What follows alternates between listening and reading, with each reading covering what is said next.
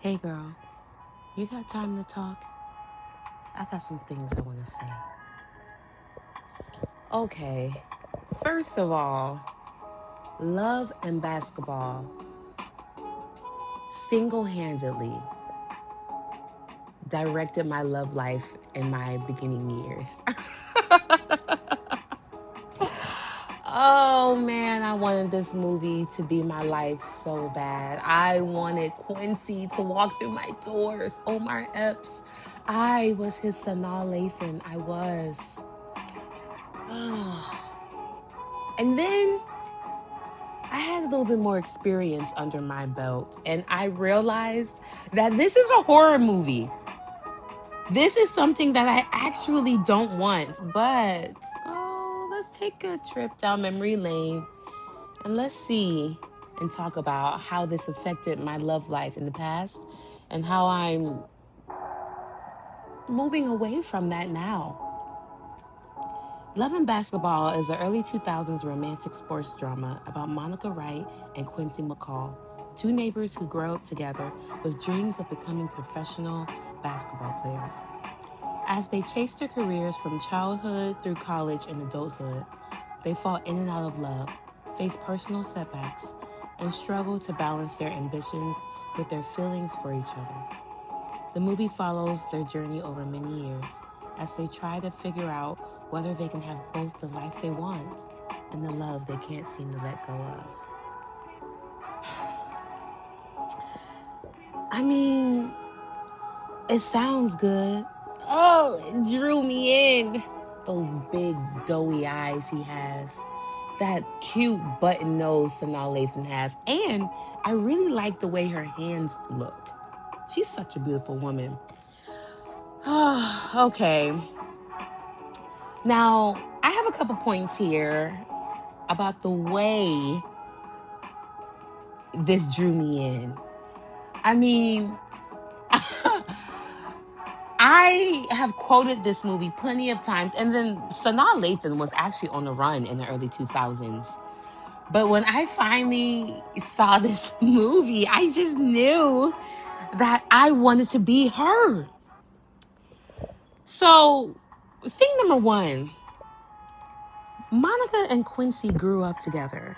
They were childhood friends, they were neighbors, and that made me feel like my soulmate was someone that I've known. It made me feel like I had to know this person forever. That the person who I went with, I knew when I was 5, 10, 11, 12, 13, I was supposed to be with them. And someone who was familiar was safe. It was home.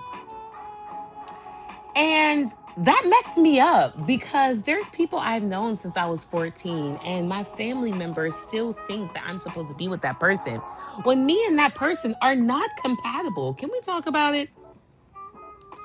I mean, it made me think that I can only have connections with people who are in my hometown, who I went to school with, who, even if that person was not good for me. There was this guy in 5th grade, right? I'm not going to say his name, obviously. We're going to call him Tubby. Because he was Tubby. All right? I got a little thing for the cheeseburger eaters. I ain't mad at it. But, Tubby was mean to me, okay? Tubby did not, if you looked at it from across the way, maybe one of your old aunties or your G-malls or wherever would be like, oh, he's just being mean to you because he likes you.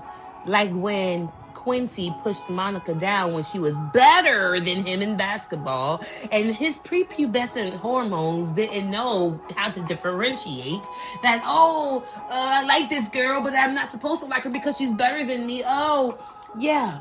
So Tubby was like that with me. And he used to joke on me and he used to kind of bully me a little bit. And then one day he'd be all nice to me. And then just to try and trip me up in front of my friends when I had my little uniform dress on and stuff like that, Tubby was kind of an asshole. And then there was, we'll call him Tubby too, because he was also fat. He used to be mean to me as well, and then came out later that he liked me. I I don't adhere to that. But because he was familiar as we got older into middle school and all the way up into high school, I had to second guess, like, maybe me and Tubby are actually meant to be. Maybe me and Tubby actually have something going. And I am going to blame it on this movie because they eventually start to have the eyes for it. So this takes me into point number 2, right? They loved each other, but timing always seemed to be off. This is more of when they went into high school. And, you know, Quincy's driving Monica home. And, oh, before then, who was that bitch? Sorry, but you know who she is. Gabrielle Union. She gives Monica a note for Quincy. Now, first of all, Monica's better than me, because let me tell you something. You're supposed to be a bad bitch. Go over there and stand 10 toes, mama, and give him this letter yourself. Now, one thing about me, I might be shy when it comes to the dudes in my younger years, but no. If I want something bad enough, or if I want to go after a man, if I want to, I will. But, like, don't expect me to be the little messenger. One thing I'm not is a go fetch me girl. You're not going to tell me, give me some note to go over there and give to Quincy McCall. No. You a baddie. How about you send your little girlfriend over there and be your wingman since you over there sucking on that sucking on that sucker. Okay. But anyway, so that's a time that, they're, Monica's having a hard time ignoring the fact that she has feelings for him. But the timing is off because, he is not feeling her like that, or is he? But she doesn't know. And clearly other people are feeling him. He's, he's a star basketball player. He's sexy. All the girls want him. And she can't hide her feelings for him. She's confused or conflicted. You get what I'm saying? And then, he's giving her a ride home. And he's taking you on a date. Spalding. That jabbed at her. That hurt her. That hurt our girl, sister. And as I was watching that movie, it hurt me too. But you think I don't get niggas? No, Monica, you don't. And yes, he does think that you don't. And she's reading, Quincy, you are so fine. I can't wait to take you to the dance and leave you satisfied. Her reading that letter, she was ate the fuck up. She was jealous. No, Sade. Shout out to TTB. But I felt that in that moment. Okay, now have I ever tried to sabotage somebody getting with my crush? Yes. I'm not ashamed of it, and I'll do it again if I need to. But my magic is so potent, I wouldn't have to do that. But I'm just saying. Okay? I have done some things like that in my past. I'm telling you, this movie kind of shaped my love life a little bit. Okay, let's keep going. I think,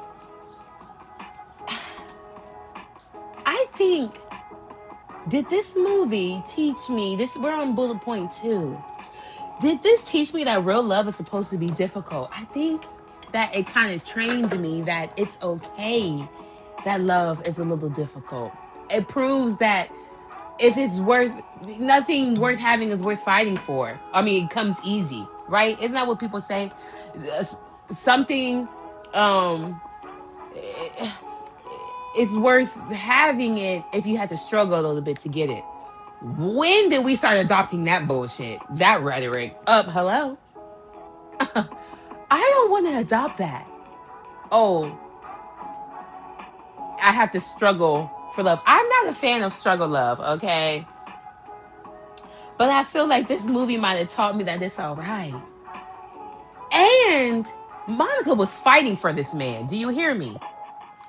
Fighting. So let's just move on, right? We're just going. This is the part where I might spend a little bit more time, right? Quincy wasn't always emotionally available. And this ties into the second bullet point that I had. Okay, they loved each other, but timing was always off. And the timing was always off because Quincy wasn't always emotionally available. Because what do men do? Say it with me, class. Put themselves first. Let's repeat that. Men put themselves first. Quincy always put himself first in this movie. Monica was not even a motherfucking thought. And she only became a thought when it benefited him. Shabu. That's when it did. Okay?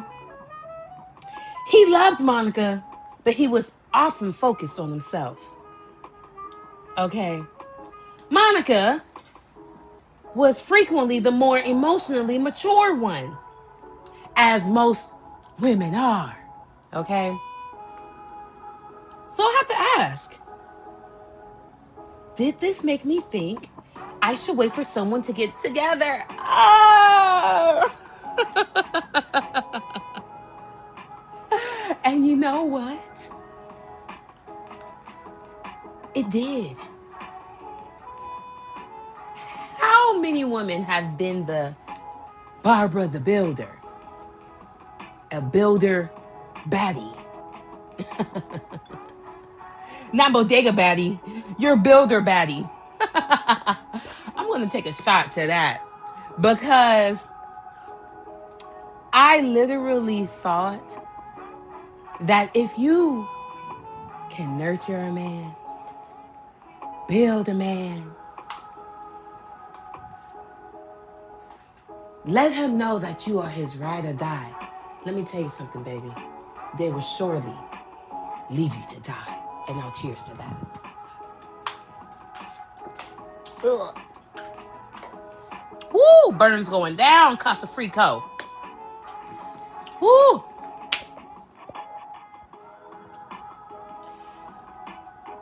When Monica, let's go back to that high school night. Right. Oh my gosh, we all remember the scene. Hey lady, let me tell you why.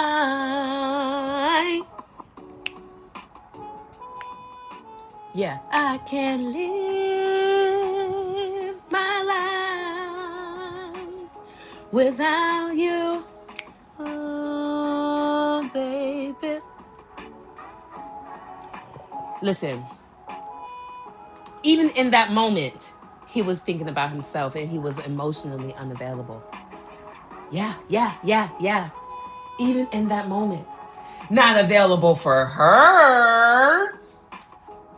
It was beneficial for him. She just happened to benefit from it also. Can we talk about it? The love scene. Oh my God. It shaped me because I wanted my first scene, my first love making experience to be like that. And it was not like that. It was not like that. But let me tell you the way it was like that. It was beneficial to the man. Duh. It was nothing like that. But even in that moment, I mean, it was sexy. It was steamy. It's Omar Epps. I mean, did you see the way he looked down at himself and was like, yeah, I'm about to rock your shit? I wanted that for me. Okay. First of all, that's exactly what I wanted, but it wasn't. The only way that it was the same was that it benefited the dude. She didn't know what she was getting herself into. The roller coaster ride she was about to be on. Okay. And to him, it was just another girl. Yeah, I said it. Yeah, I said it. I might be a little bit jaded, but yeah, I said it. It still ended up benefiting him in the long run. Okay. Let's keep going. I'm looking down at my notes. So, this is, and then let's go back on another point where I was saying Monica was frequently the more emotionally mature one. Let's go back into college. Let's go into college, right? When they got to college, right? When they got to college, that's when you really started to see the audacity of Quincy. That's when you really start to see it. This college phase that Monica and him went through, this transition, this is where I really start to see how that this story started to blend in with mine as I gotten older. Because she was, you gotta remember, Monica is focused. She's competitive. She's determined. And, she has fire in her. She feels like she has something to prove. Okay, I'm not no chump. Okay, I didn't have it easy like, you. Okay, my dad wasn't, in the NBA. Okay, yes, there might have been pressure on Quincy, but let's be real. All right, we already know that he was going to be a sure shot. People are going to push him in. Okay, but she had to work. She was an underdog. She had to earn that shit. You feel what I'm saying? I love that. I loved to see her grind. We all remember the shot and she had to keep that arm in her air. We all remember that. I loved that. I love to see her rise, rags to riches. In the basketball term. I mean, Monica grew up upper middle class, okay? But I'm talking about she had to work her way from the bottom. I loved it. And then Quincy couldn't handle the fact that his father wasn't the man that he made him up to be in his mind. And so, wanted her to stay out during curfew. And she couldn't. Hey, you've been the star your whole life. It's time for me to finally make a name for myself. And you can't understand that? You can't understand it? I've dealt with a jealous man. Sisters, how many of you have dealt with that? Not even a jealous man, but a man who's only thinking of himself, emotionally unavailable, lacks emotional maturity. That's what she was dealing with. And Quincy, out of everything else that I just named, he had what, ladies? The audacity. He had the audacity. Oh, you don't want to be here for me? You understand what I'm saying? Fast forward, Monica's building a name for herself. Won the winning shots, got the goal on the team starter. Even the bitch who was hating on her. Had to come give her our props. Here comes Quincy, looking sexy, looking good. Probably cheating or whatever. I might be a little biased. Let me shut my little biased ass up. But walking up, looking good, sexy, drunk, tonguing her down, hand all up in the ass crack. Humana. Now listen, I like a little stuff like that. I ain't gonna lie. But damn, you wanna sit here and fill me up and all of that freaky deaky stuff? You're drunk. Relax. You get what I'm saying? He couldn't handle it. He was starting to fray at the ends. He could not handle the fact that Quincy wasn't on top anymore. Or not even that he wasn't on top anymore. It's just that she was building a name for herself.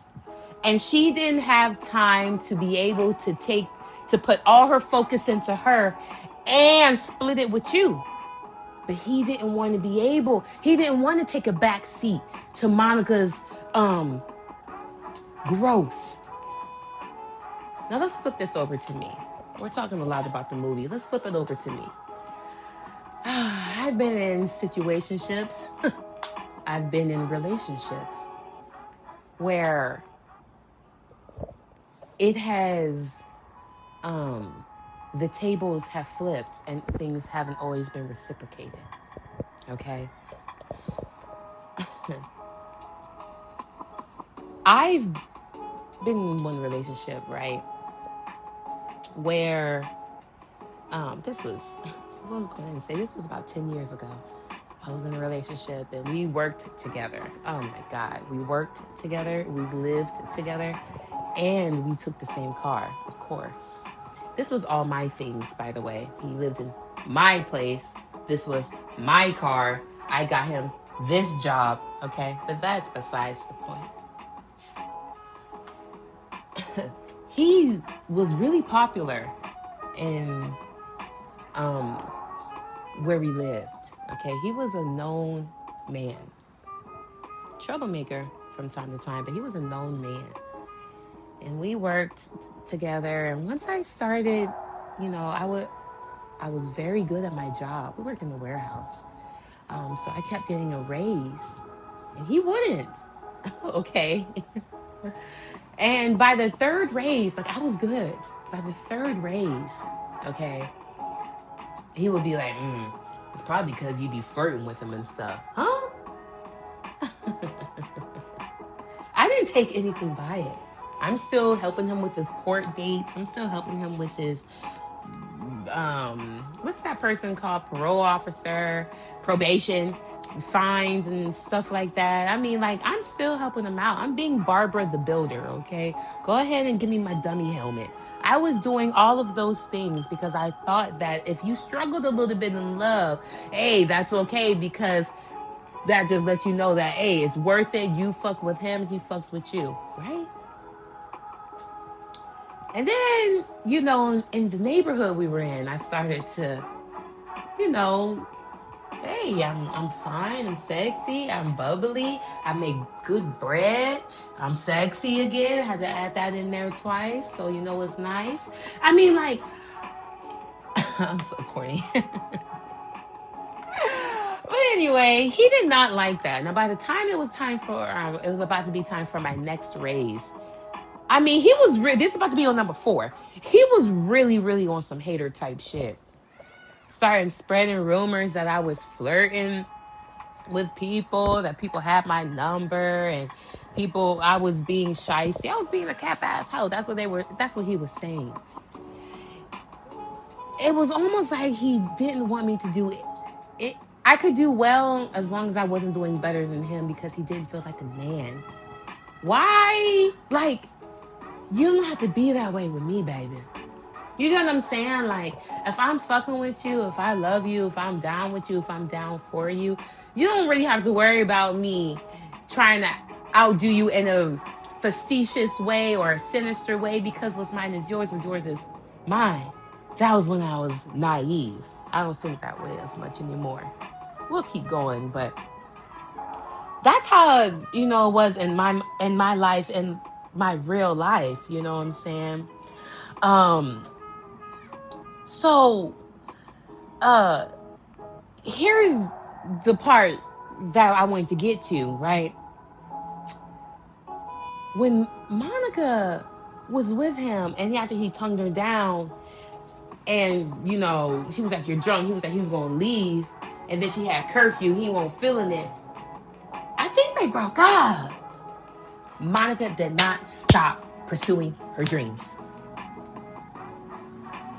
This part also pertains to me as well. Yeah, I had the opportunity to move to a not foreign, I had the opportunity to move states. It was a place in one of the top 10 most beautiful places in the world. I had the opportunity to move there. Okay. And I took it. And I left his ass behind. That was 10 years ago. We've connected maybe once or twice since then. And nothing has changed. So he was no Quincy. This motherfucker was a bum. But, you know, Quincy would have been a bum as well if he didn't get things together.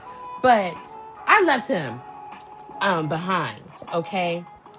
And this is one of the healthiest parts of the movie, which is one of the healthiest parts in my the way I handle relationships, because Monica kept pursuing her goals even when her heart was involved. And so did I. And ladies, sisters, we know how hard that is. Oh my God. Now, I just recently went through a separation of sorts. It was like a year and a half ago. And we were rocking for about 3 years. And y'all, I'm not even gonna lie to you. It's tough walking away when you don't want to. But you know that you damn it have to. Because one thing a man won't do is let you go. He will ride the wheels until they come off because you're just still doing it. Oh, I'll take a shot to that. Oh, man. Sometimes you just gotta let it go, man. Let it go. Let it go, baby. Oh, you just have to move on.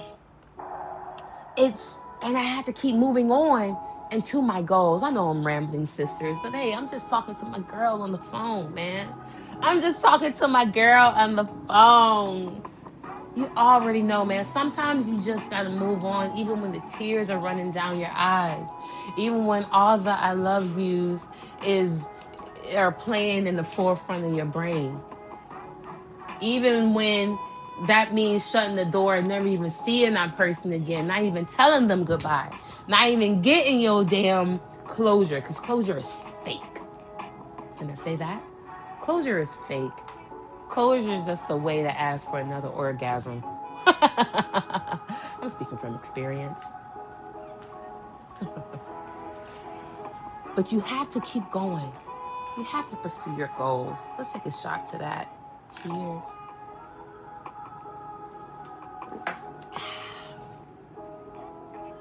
Next, number 5. And this part rocked my world when I was a little girl and I first seen this movie. Quincy got engaged to someone else. Tyra Banks! Oh, Tyra Banks was beautiful at this time. Now I might do a little video on Miss Tyra. You know, I really don't fuck with her. But I loved America's Next Top Model. Ooh, me and my mama used to watch that show. We used to watch that show so much I had it memorized. Every Saturday and Friday in the afternoon, but Saturday in the morning and to the afternoon, they will play all the reruns. I loved it. Oh, I loved it. But anyway, now this happened after Quincy got hurt. This is a pivotal point in the movie. And this goes right in tail. This is why I put it a little bit after when I said Monica still pursued her dreams, because Quincy was feeling boxed in. He was feeling like he didn't have anywhere to turn, right? Because he found out that his daddy won't shit. And I can't remember if he was already in the NBA or it was right after he entered the NBA. I mean, he found out his daddy won't shit when he was in college, right? But Quincy found out his daddy won't shit. He went to the NBA. He shouldn't have went to the NBA. Emotional immaturity, right? He didn't have someone like his mama or Monica to sit there and be like, don't do it. Nah, don't do it. And he wouldn't have listened anyway. Emotionally immature men are really mean. When they have something that happens to them, if they have a feeling that's anything other than horny, mean, and happy, they they're not they short circuit. They're unable to really function. Emotionally immature men. hmm And arrested development men, who which Quincy happens to be. Follow me. That's what he happens to be. Hey, hey. He peaked in high school. And then he tried to bring that over to college. So that's only going to bring you so far. And then he got hurt. So when you get to college and then your girls ended up being the star and you're not a big fish anymore. She's the big fish. You can't handle that. So you're jealous. And then you get hurt. And Monica is just moving up and up and up. She's doing the dirt. She's going through the dirt. She's getting bullied by the rookie, by the veterans, all of that. I've been through something like that. I felt that. Now she's on top, never gonna stop. And here goes Omar, Quincy, Hayden, goes to the NBA, tears his ACL, has his father comes into the daggone hospital. And, they're all crying and stuff. I cried during that scene. There's some real shit right there. Doesn't know. And that's a breakthrough for him. Finally, my hero. I know I'm talking about Quincy a lot, but you got to talk about the wrong until you can get to the right, which is Monica, which is where they're yin and yang to each other. So let me finish. The man that he thought was his hero, that he looked up to, his idol, who he wanted to be, who he based his masculinity on, who he based everything in his life on, was through the eyes of his father, who is also emotionally unavailable, emotionally immature. My father would say emotionally immature. He finally came in and in a manly way. I'm sorry. That's the Allstate guy. Allstate, you're in good hands. I know he talks women through it. That is TMI. But I know he does. Ooh, that voice right there. You better. But anyway, I'm sorry. Quincy lets out that tear. Ooh, so sexy. I cried and everything. Finally, I can move on with my life because guess what? Life does go on. It does go on. Okay? After college, Monica didn't go to the WNBA. Monica got a bank job because her dad works at the bank. Moved back home after their breakup. And after he is a limp ass fool. What's that song? Holding back the years. Chorus. I'll keep holding on. I'll keep holding on. Yes, that's when Monica's getting a job wearing those block ass heels. She can't walk in them. First of all, you can't walk in 2.5-inch heels. Grow up. And then she looks over there at Quincy. Over there with Tyra Banks in her house. I hated that scene so much. Life moves on. And guess what? Love doesn't automatically solve everything. And this is something that I had to learn in my most recent breakup. Am I about to cry?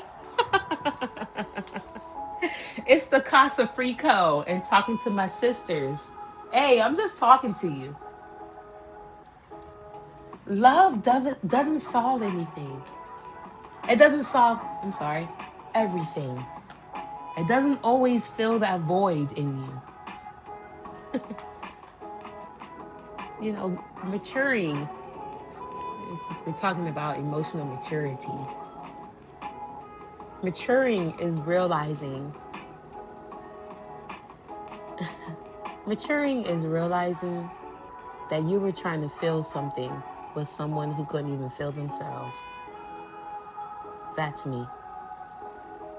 That was Monica for a long time. And I adopted that thinking that it's okay, but it's not. Love does not solve everything. And you know what? Because you went through some trials, some ebb and flow, some valleys and hills, some highs and lows, however you want to say it, just because you went through some of that doesn't mean it is love. Sometimes it's codependency. Woo! Jesus. Did I say something, sister? Sometimes it is just codependency.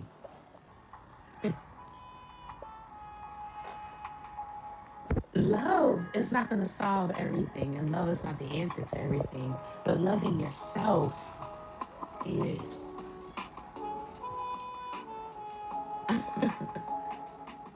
And you know what? You know where Monica went? She went home to eat soul, eat the base. She went to her mama.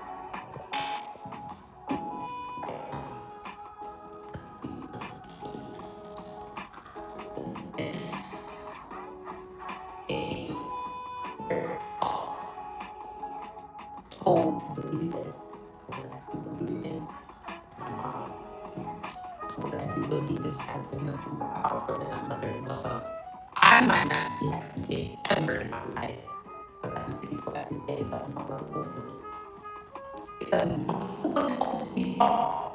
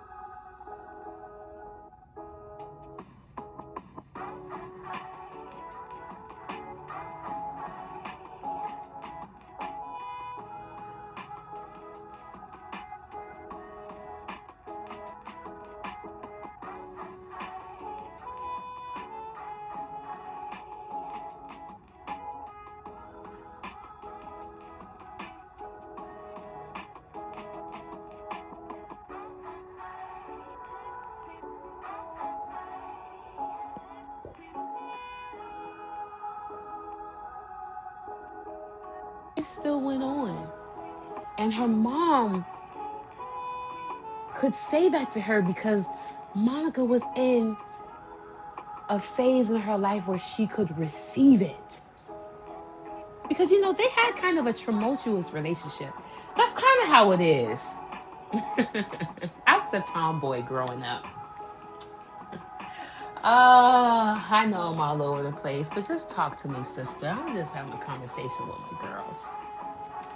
But I was a tomboy growing up, and a daddy's girl, which is how it usually is.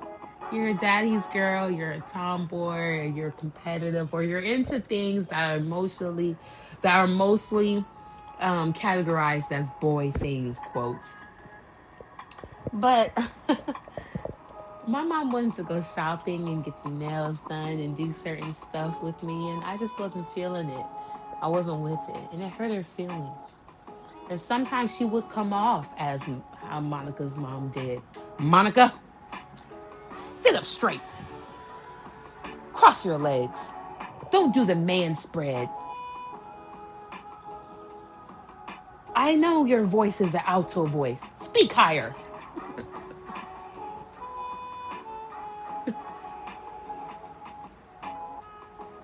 My mama loves me so much. As I got older, she was just trying to protect me, to prevent me, to give me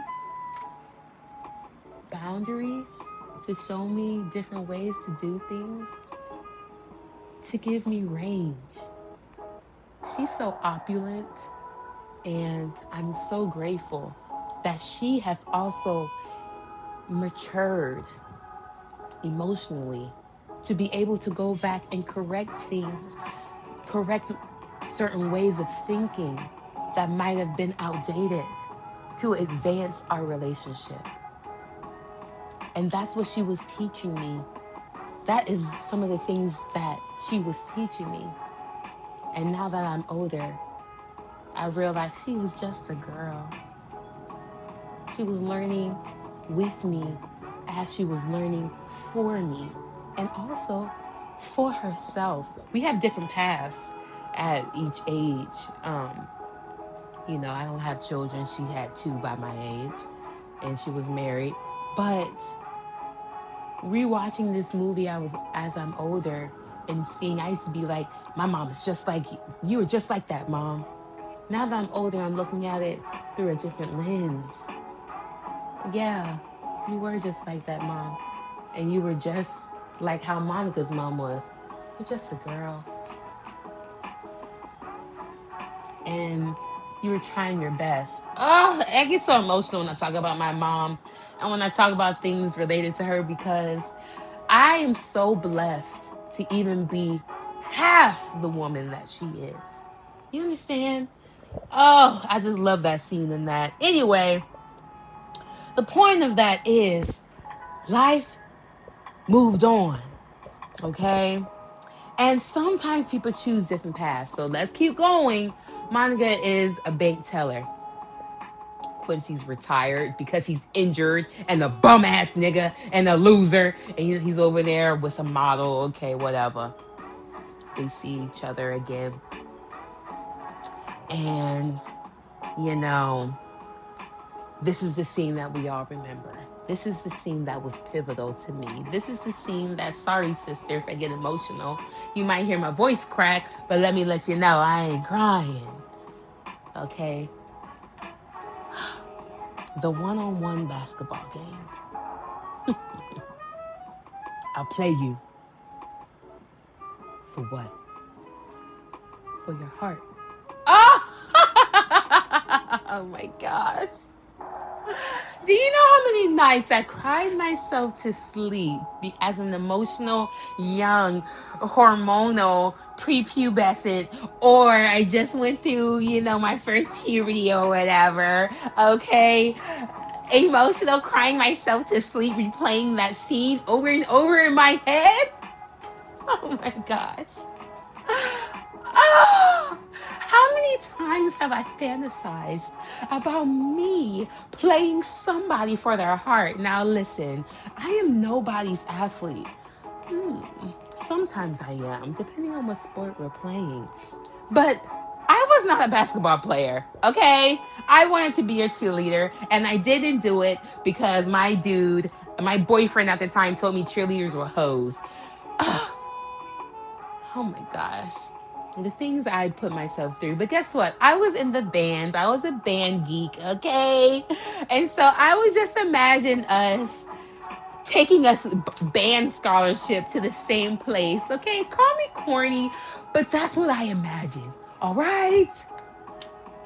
And yes, we would perform like we were on drumline at the 50-yard line. Me and the girl that I was in between, or me and the dude when I did play instruments. We would play the same thing, whatever, something corny I would fantasize in my head and pretend it was this.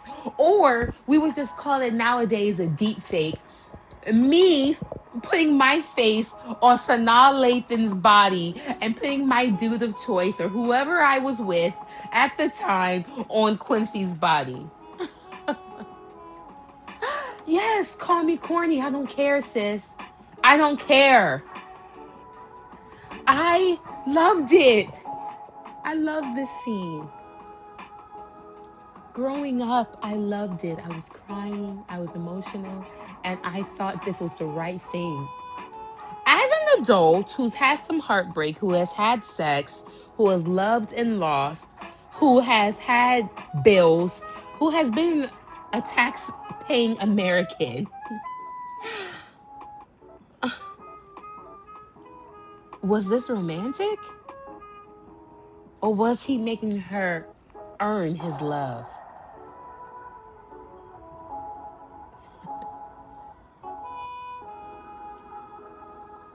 Now, my birthday is next month. Now, as a 30-year-old Black woman, I'll play you. No, you played me.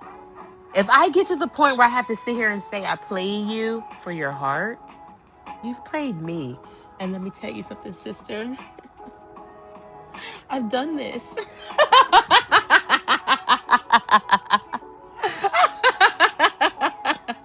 Not even in just the band scenario I brought up. This happened in real life. My last relation. Oh, let me get the bottle out because this shit will piss me off.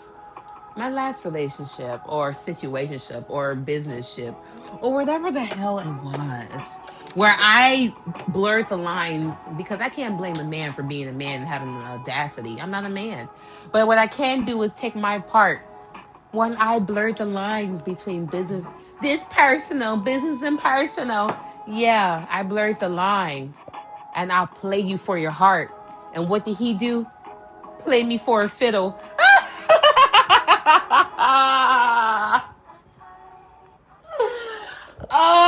What did he do? He played me for a fiddle.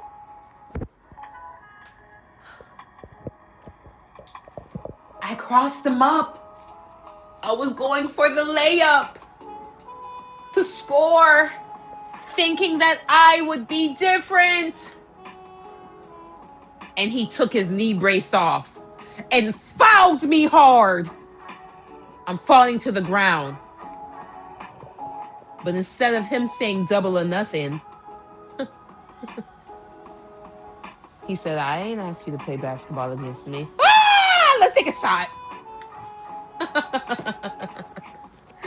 This is to living and learning and finding out that you wanted to be a Monica when you found out Monica's a victim. Cheers.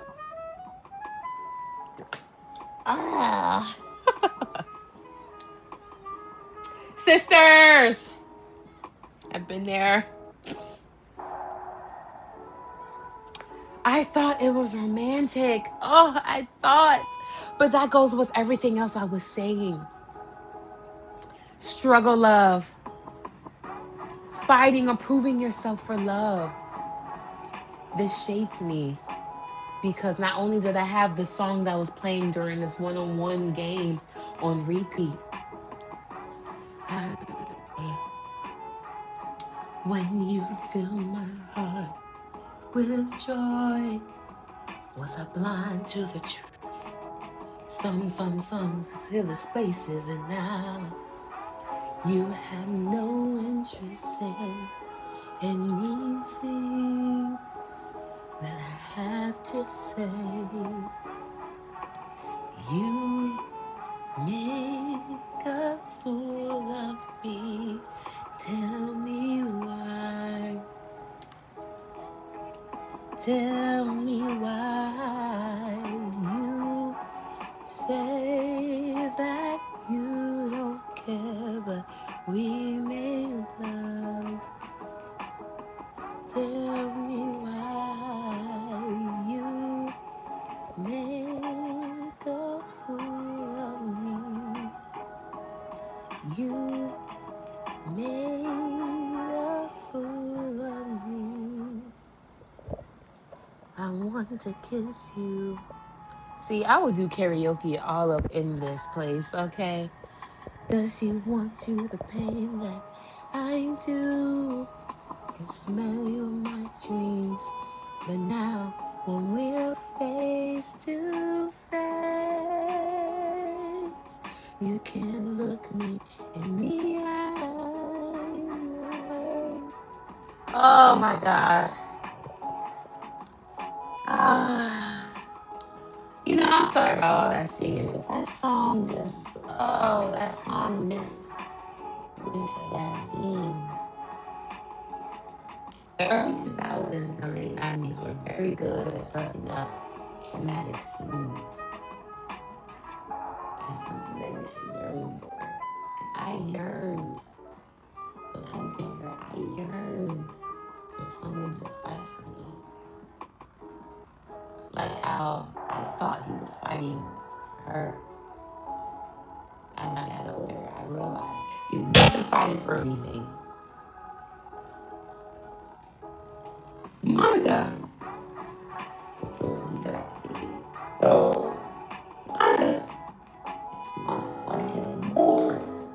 And he wanted her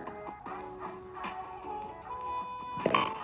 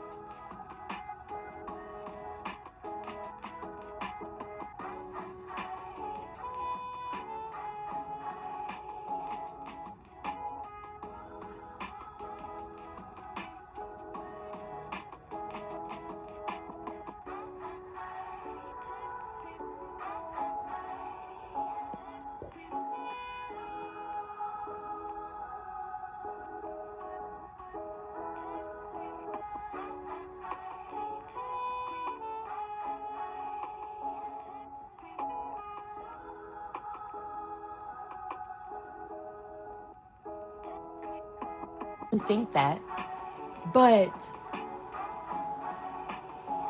she was more gifted.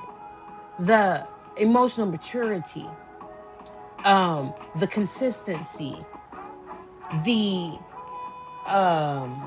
yeah, she's had other relationships, blah blah blah blah blah, but like she did more. She was an NBA star. Oh yeah, she was in the NBA. That she had a league overseas she was working with and stuff. Yeah, like Monica was that girl. And Quincy wasn't. He was a fucking loser. Okay? Come on, Phaedra. A loser. You feel what I'm saying? Yeah. Monica was really that girl. And she had to sit here because familiarity, going back to our first point. Because he was familiar and safe. And the first time she ever felt really safe, but was it really that? Or was it the first time that she was able to express her feelings?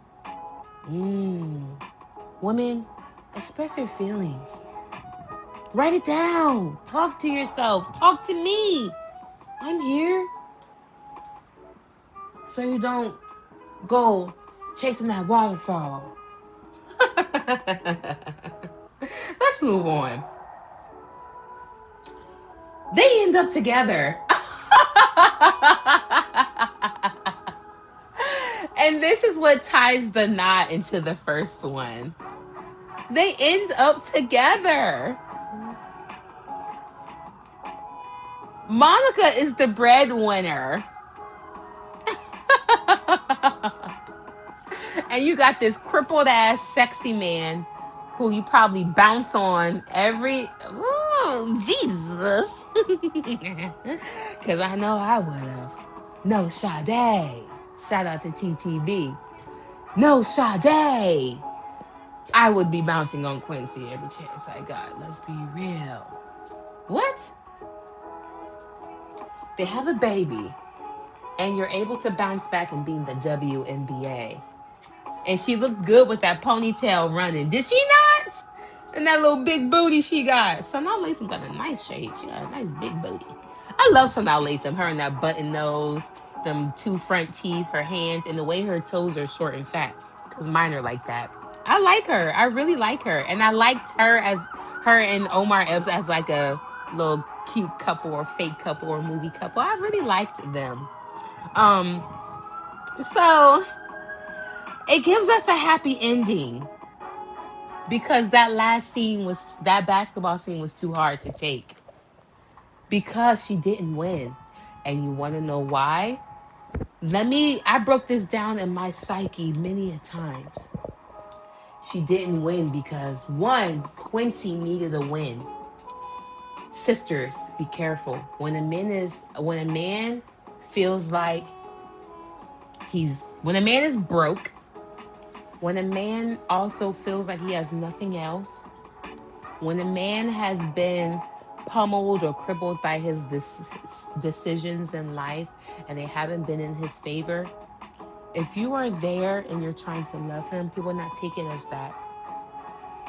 He will take it as he will take it as an option to beat on you. Am I just talking about physically? No. But in that basketball game, I'm talking about maybe emotionally. I'm talking about maybe psychologically, monetarily. That's what he did. He wanted to physically dominate her because he couldn't in the NBA anymore. You washed up, has-been, loser bitch with your ACL torn. And then you tried to, you get what I'm saying? Your ACL's torn. You're fucked up out here. Nobody wants you on your team. Your dad divorced your mom. Oh, your mom divorced your dad. Sorry. You realize that your biggest hero and idol is a piece of shit. You lost the best thing that ever happened to you. And now you're about to cheat on her with Monica. Yeah, your life is shit. Or at least not as good as you thought it would be. Women, sisters, beware. That type of man will hurt you. That type of man would do what I'm about to explain. So he did it physically. He needed that win. Physically, fouled her hard. Took off his freaking knee brace. Fouled her hard. Boom! Got her down. So now she's physically beat. But because she went in there with her heart on her sleeves, saying, I'll play you, she's also emotionally beat. Follow me.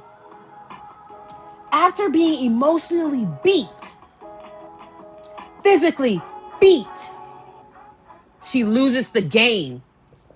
He beats her. He beats her. It's a show of dominance. Yeah, I can do all this shit to you. She's walking away limping. Because he hurt her. He actually hurt this international money-making superstar. She was in Spain. He couldn't handle it because he couldn't even get out of his rookie year.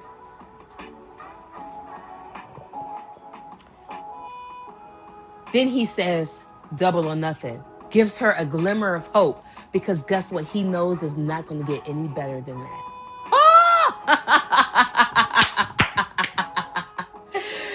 It's not going to get any better than that, baby. He knew it. Yeah, Quincy McCall, you can't fool me. You're not slick to a can of oil. You ain't slick to a can of oil. I knew. Well, he did that. Double or nothing. Ain't no dummy bitch. I'm sorry. Ain't no bitch gonna ride for me like how Monica's riding for me right now. I know that I'm with, what's her name? Tyra Banks. I'm with Tyra Banks. She's cleaning up my house. First of all, you bum ass nigga, why do you still have your room at your mom's house? Anyway, she's cleaning up his house. I'll keep holding on. That's such a good song. Who's that by? Al Green? Cleaning up the house. And then you about to go play one-on-one with this girl who you really want to be with, but you know she's going to mill your ticket. Exactly. All about the benefits of a man. What's benefiting him. Fast forward to maybe the next year. We're going to say 2 years. They got a kid. She's in the WNBA. She's got that cute ass ponytail and that nice little booty she got. Really nice. She's attractive. And he's sitting on the court side. It still benefits him. You're the moneymaker. He's not cheating. Maybe he's not. Whatever. You got a kid. You're my baby mama. I won. Shout out to Offset. I mean, it tries to wrap it up in a nice bow. It doesn't do it for me. Let's flip this over back to me. I've been in this relationship, okay?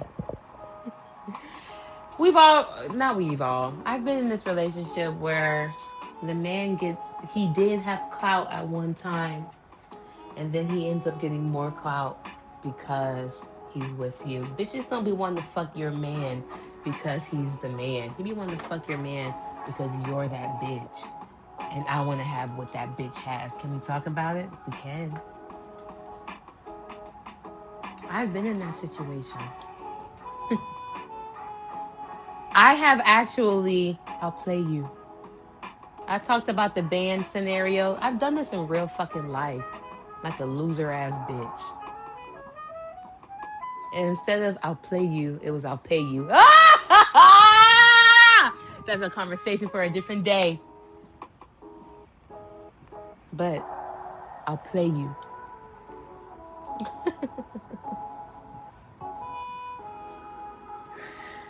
And you know what? I thought I was winning because I was the one who had the nugget in the end.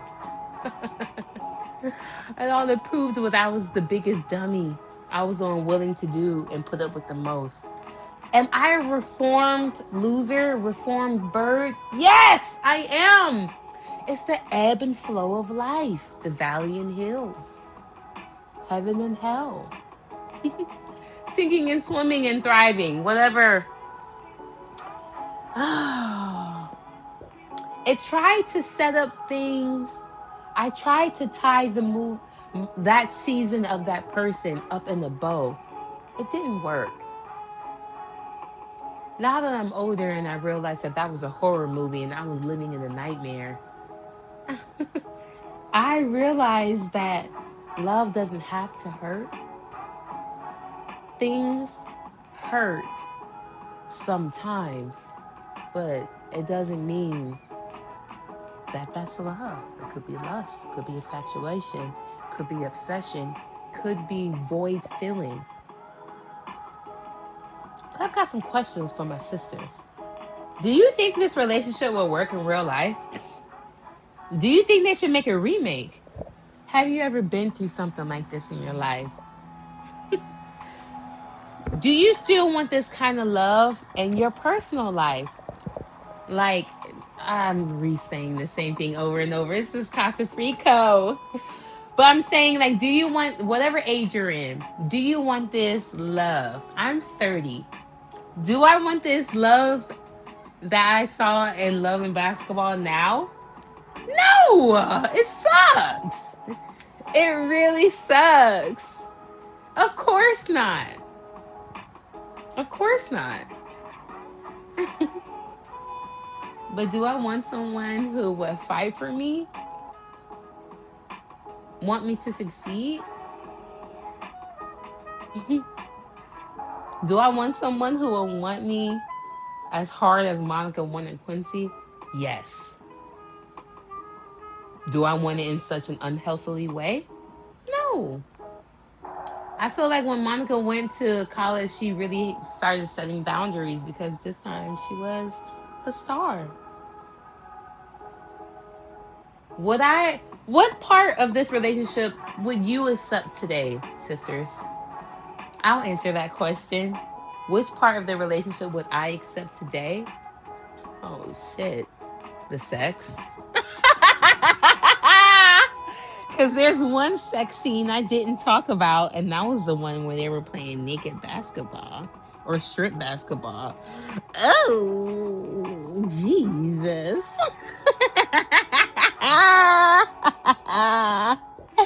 Oh, yeah. Now, I definitely replayed that word for word, bar for bar. Shout out to Soulja Boy. But that's it. No Sade. I mean, that's it. And let my man be as fine as Omar Epps. I'm over the fatties right now. I like them big, I like them chunky. But I'm kind of over that right now. I want me a nice look. I'm in shape. I want me an in shape ass dude, but we'll talk about that next. So, this is my final question, right?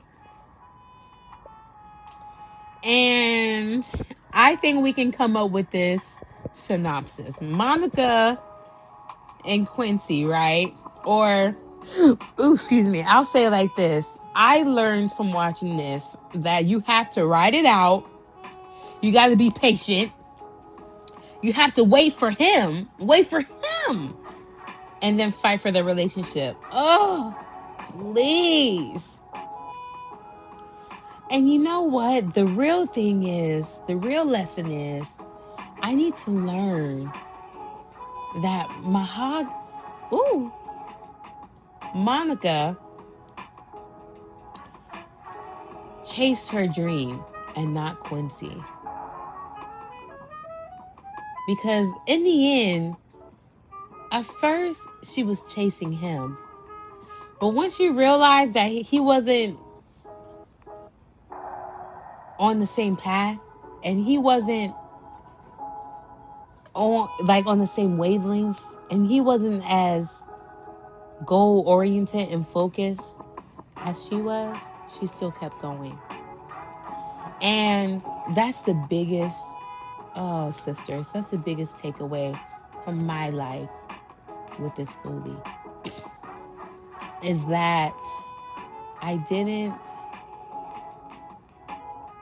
don't know, I wasn't as goal focused as I should have been, because when I used to get with people, I would sometimes I would put their needs above mine so I could show them that I'm down for them, that I love them, so they wouldn't feel abandoned. Because I used to attract people who needed the healing that I provide. But instead of putting that in someone who's undeserving and who might not reciprocate, I put that in myself. And that's been making me be able to see the difference in what I used to do and what I'm currently doing. And fighting for yourself and loving yourself is worth it, because then the next person will come along and have the guideline for how to love you. And I think I'm going to end on that. Sisters, it's been good talking to you. If you like conversations, you want me to review or talk about another movie, put it in the comment section below. And if not, it's okay. I still want to hear from you. Love ya. Subscribe, like, hype this video up, and I'll talk to you on Friday. Bye.